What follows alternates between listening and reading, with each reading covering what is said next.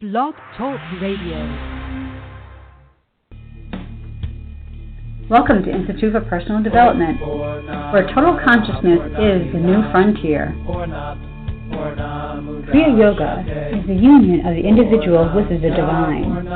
Join us as we explore the practices that initiate this process. Well, good morning and welcome to the Voice of Yoga. Let's Talk Consciousness. I am your hostess, Lisa Winton, and with me is Kenny Toy, also known as Swami Jayananda, founder of Institute for Personal Development, located here in Hampton, New Hampshire. Well, good morning, Swami. Thank you for being here today. How are you? Good morning. I'm doing well. And how about you?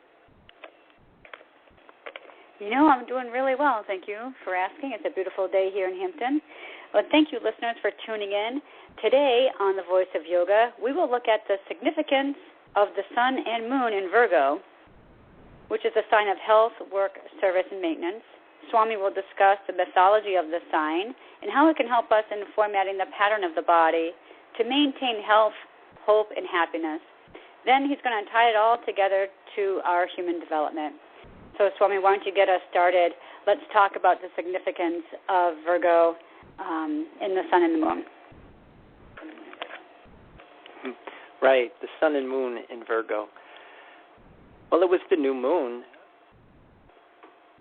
yesterday, and that's a new beginning. You know, the seed is in the ground, and it's a good opportunity, you know, for us to start to develop some of the qualities that are associated with Virgo. You know, like we had said, it is the sign of health, work, service, maintenance. And it's a big part of the yoga process. And one of the things that we talked about a couple of weeks ago was the labors of Hercules.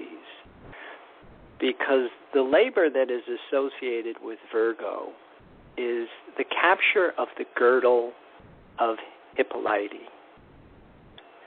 And it's a really interesting labor in that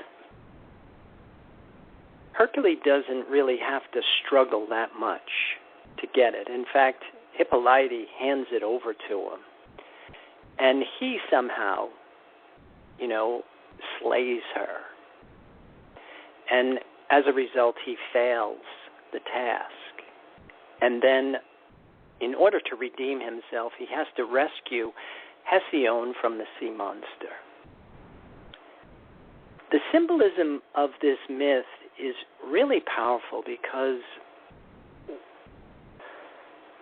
what it's talking about is the whole thing in yoga. First, we must divide and conquer before we can unite and stand. See, the feminine image of Hippolyte and the other feminine image of Hesione is really reference to the pattern of our physical bodies, that our physical bodies come in with a pattern. And a big part of human development is learning how to format this pattern. Because one of the things that we have been saying here is that our physical bodies have all the power. And so you don't want to kill the body. You don't want to lose your power, because that's what we talked about last week, was the whole thing of depression. If you disconnect from this source of power, then your life loses its effervescence. But by the same token, you don't want to be controlled by it. You know, so the whole thing of balancing intelligence with feeling is an important part of the formation of the lower mind. And that's a big part of this Virgo myth, that it's all about not killing the body or the pattern from the body, not getting rid of desire. And in fact, if we do somehow, you know, by accident lose it, we have to rescue it. We have to get it back. And the whole thing is that's what we're trying to do with our practice of Kriya Yoga, is we're trying to format our bodies with information that will be more in sync with the reality that we're trying to manifest. And that's a big part of the yoga practice. I mean, that's why, we have included an asana program with our Kriya Yoga program. Because that, as we've been saying, that's the one thing Paramahansa Yogananda somehow left home, that they don't really have that in place. But when we put that in place, it gave us a piece that was really important, because you can't just become spiritual intellectually. The change doesn't go deep enough. Your body has the power. Desire is what determines the outcome. But being able to format the pattern with the information that will lead you to liberation is the intention of the practice. Well, that's just really great information. And when you were talking about that, it reminded me of a conversation I had with a coworker the other day, and he is on vacation from work, and so we were talking, and he would tell me a story about what happened to him at work, and one of his associates had said something to him, and it really struck him that he may need to make some changes. And so while he was on vacation, he was going to try to work on ways for him to start thinking differently and things like that. And I said, well, that's really interesting. I said, because it's the new moon. And he goes, well, what does that mean? And I said, well, that means there's seeds in the ground. And I was trying to, of course, give him the same information you just gave about seeds in the ground. And he says, well, is that something that happens to us consciously or unconsciously? Because here I am making these changes, and then you're telling me it's the new moon. So does that kind of happen to us anyway without us being conscious of it? And then what is the difference when we are conscious of it? Does it give it more power? Yeah, to answer your question, when personal desire is in sync with the dream of the collective consciousness, then, of course, it seems like the wind is at your back. And oftentimes that's one of the things that we learn is that, sometimes life seems to be happening to us. It's like when you're sailing, when the wind is blowing in the direction that you want to go, it just pulls the boat. It's when the conflict between personal desire and, this collective consciousness or this will of God, that we're all connected to, it's when those are in conflict is oftentimes where we have to employ willpower. It's kind of like tacking. And sometimes your practice seems like you're, swimming against the tide, and sometimes you're going with it. But the bottom line is that the more conscious you can be, the more intention you have behind your personal desires, and the more in sync they are with this collective consciousness, then the easier it is. When there is conflict, then that's when, we run into these difficulties. And one of the misconceptions is that you always go with the tide. That it's release and let God isn't always, I want to say, the way that's going to lead you to liberation. That's where the insights come from these myths, like the labors of Hercules, that there is a struggle. There are forces that are in conflict by nature. You know, matter, mind, and spirit, there's a lot of conflict that goes on between them.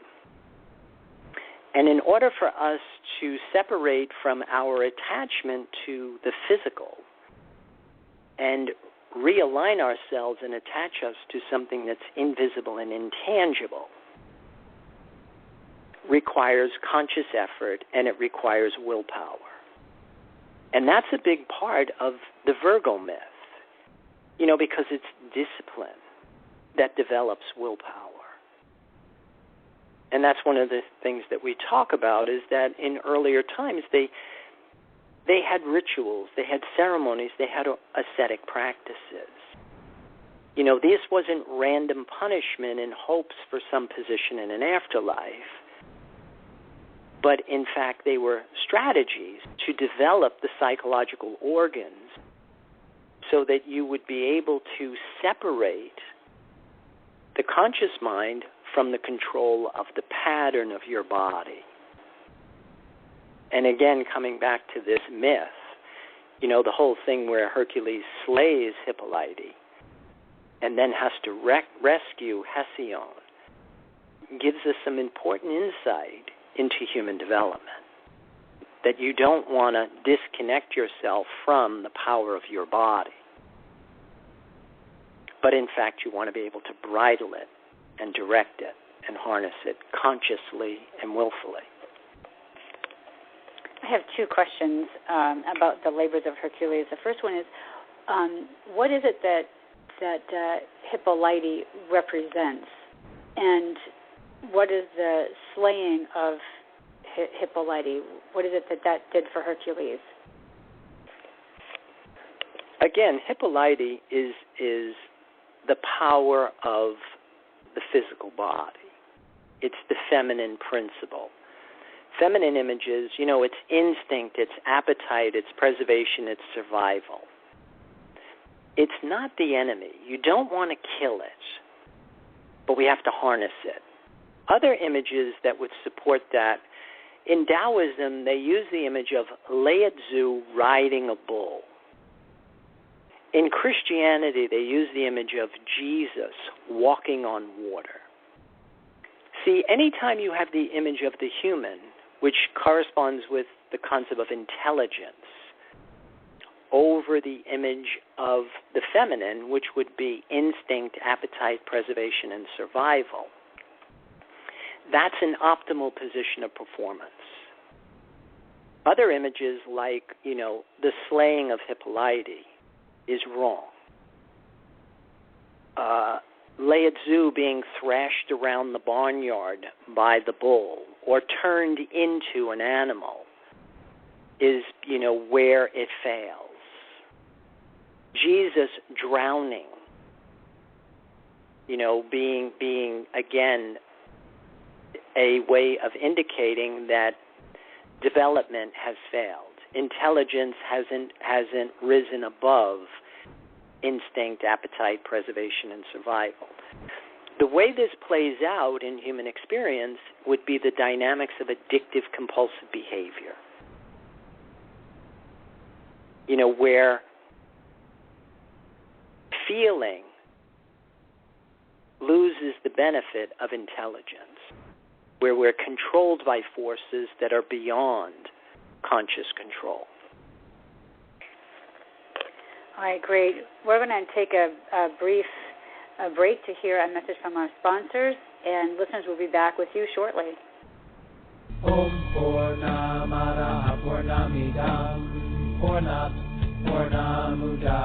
If you are looking for a Samadhi-based experience, IPD Kriya Yoga has the goods. A complete yoga program that includes the practices and the process. Kriya Yoga Series 1 live classes and videos. Get your arms around the spiritual science of Kriya Yoga. You know, the intention of why we practice is to embody the spirit, you know, to feel connected to the life force. Kriya Yoga Asana live classes and videos. A cosmically engineered system of exercises to initiate apotheosis. a system of exercises engineered for dining and dancing at the Cosmic Ballroom. Kriya Yoga Series 2 live classes and videos, a practice in open form designed to facilitate positive growth of consciousness. Get your Labyrinth video. I find the positive side of it is it depends on a lot of things you get. Kriya Yoga mantra and meditation. With repetition comes absorption. Pray on prana and become divine. At the same time, we all have a unique talent and gift to give back to the universe. Private sessions. The mysteries of the universe have always been handed down verbally from teacher to student. Call or click now and get started. 603-929-0303 or www.ipdtransform.com. Namaste. Purna Maria Purna Meva Vashishate. Well, welcome back. For those of you just joining us, you are listening to The Voice of Yoga, and we are talking consciousness. Well, Swami, I'm going to ask you my second question about the labors of Hercules. And this comes about a conversation I had with another yoga student last week. And that question was posed to me, and he asked, does a person have to go through all the 12 labors, like what Hercules did, to achieve enlightenment or to become connected to what we call spirit? Well, to answer your question, yes.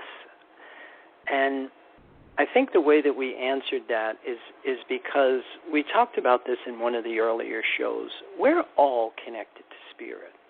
If we weren't, we would not have existence.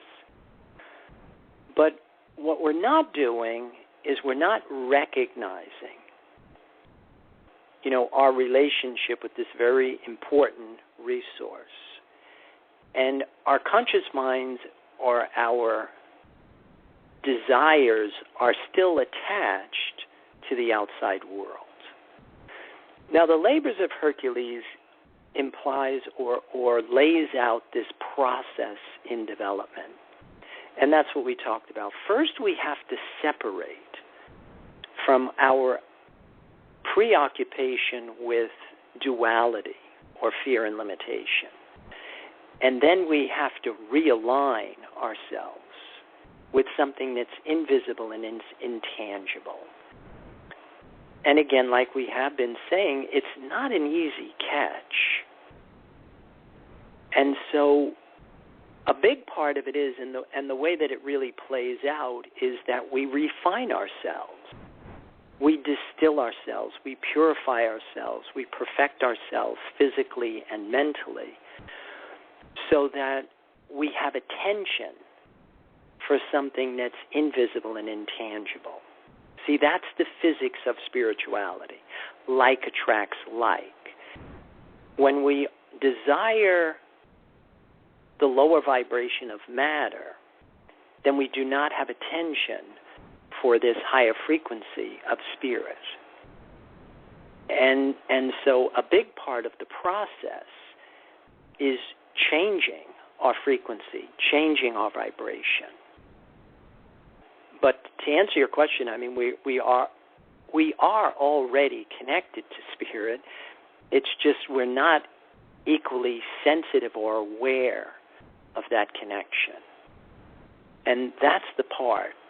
See, once matter and mind, once you now train your mind to look for this source of sustenance and you internalize it in your body, then that's when the hero's journey begins.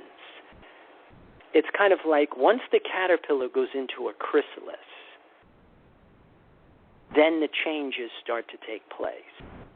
But there is a chrysalis phase, and that's what the hero's journey is. These are the changes that take place once the conscious mind and the physical body have aligned itself with the life force, this tree of life. I'm trying to make the connection between the labors that we've been talking about for a while, and the procedure that we have through the yoga program that we do at your ashram. And my question is, if we maintain the process doing the 8 stages of yoga, do those correlate to the labors? I mean, is it like the same thing? Because when you go through the practice and the process, won't you actually be doing the work that Hercules did in the labors? Well, to answer your question, yes, especially in our program, because one of the things that we do is we use the labyrinth. We're using the chakra system, and we're using the 12 departments in life. And so in order for you to grow psychologically and spiritually, you have to rebirth the body in the life force. And we have talked about the relativity of the whole thing, that it's not something that happens in varying degrees. It's kind of like, it reminds me of being pregnant. There's no such thing as being a little bit pregnant. Either you're pregnant or you're not. Either matter and mind have come together with this energy field, or it hasn't. Now, once it has, then there's a gestation period. Just like there is for the fetus, there's a gestation period. And in the framework of our program, as you go through the different departments of your life, you format and make changes in all of the departments of your life. You make changes in all of the systems of your body. And also you start to demonstrate the qualities that this connection enables you to become. And it's doing it on all 12 levels. So to answer your question, we do use the same template. And the number 12 mystically has been around for a long time. I mean, Jesus had 12 disciples. There were 12 knights of the Round Table. There were 12 tribes of Israel, and the 12 labors of Hercules, and there are 12 months of the year. In music, there are 7 notes, 12 tones. These are the building blocks of creation. And so to answer your question, yeah, as you go through this program and you learn your chakra system in the way that we teach it, then you will program yourself physically and mentally on all of these levels. I noticed your post on Facebook last night. It was about the week 9 of the Spiritual Advance. How does what we talked about today, how does that correlate to the week 9 of Spiritual Advance? Well, I think the biggest thing is week 9 in the Spiritual Advance, we're on the labor of Gemini. And the correlation between Gemini and Virgo is that they are both kind of associated with the development of the lower mind. The Gemini part is more the intelligence part, I think. Now, Virgo is the analyze part, but it is also a big part of the concept of desire. That desire is what drives the machine. And that's why the girdle of Hippolyte was the girdle of unity. Because the body needs something that it can sink its teeth into for validation. And so with regard to the yoga part, the development of the lower mind, that if you haven't done the preparatory work and you don't understand the importance of to desire this thing called prana or this thing called God or this tree of life, then it's going to change the return that you're trying to get on your efforts. Does that answer your question? I think it does. I mean, we talked about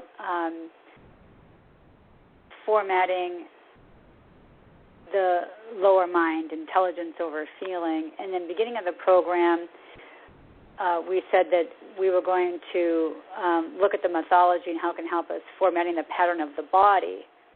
So what is if anybody was to remember one most important thing about the program today, what would it be in relationship to that? Well, it's the whole concept of discipline. Virgo, the whole thing of